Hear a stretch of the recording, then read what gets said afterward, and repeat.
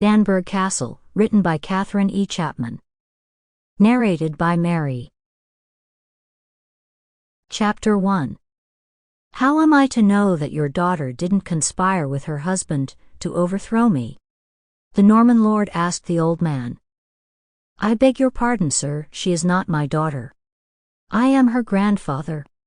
Her father died some time ago.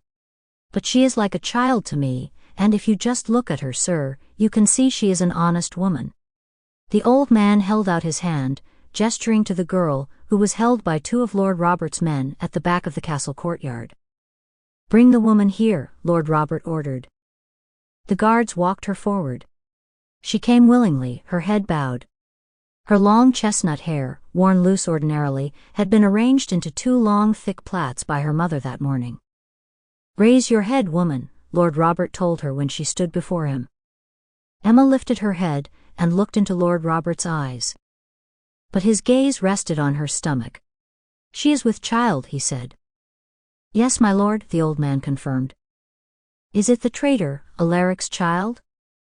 Of course, Lord Robert. No granddaughter of mine would bear a child out of wedlock.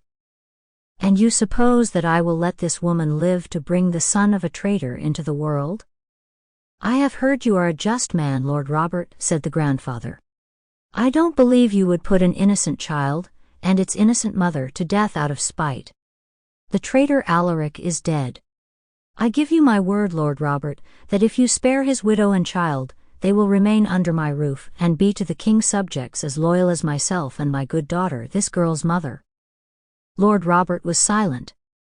If you will permit me, sir, the old man continued, I would ask you to consider how you would feel if your own wife were to be condemned to death, carrying as she is your child.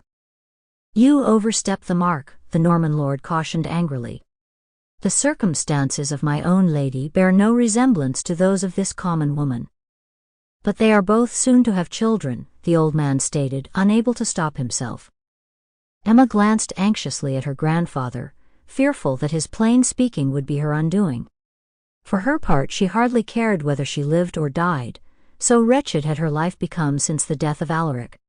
But for the sake of the unborn child inside her, she wanted to be pardoned. She could hardly bring herself to look at Lord Robert, but look she must to know her fate. Emma raised her eyes to Lord Robert's face. He was looking her up and down. Emma surveyed the powerful man, in whose hands her future lay, in a confusion of fear and self-consciousness. Lord Robert lifted his gaze and looked piercingly into Emma's eyes. Very well, old man, he said quietly, she shall live. Sample complete. Ready to continue?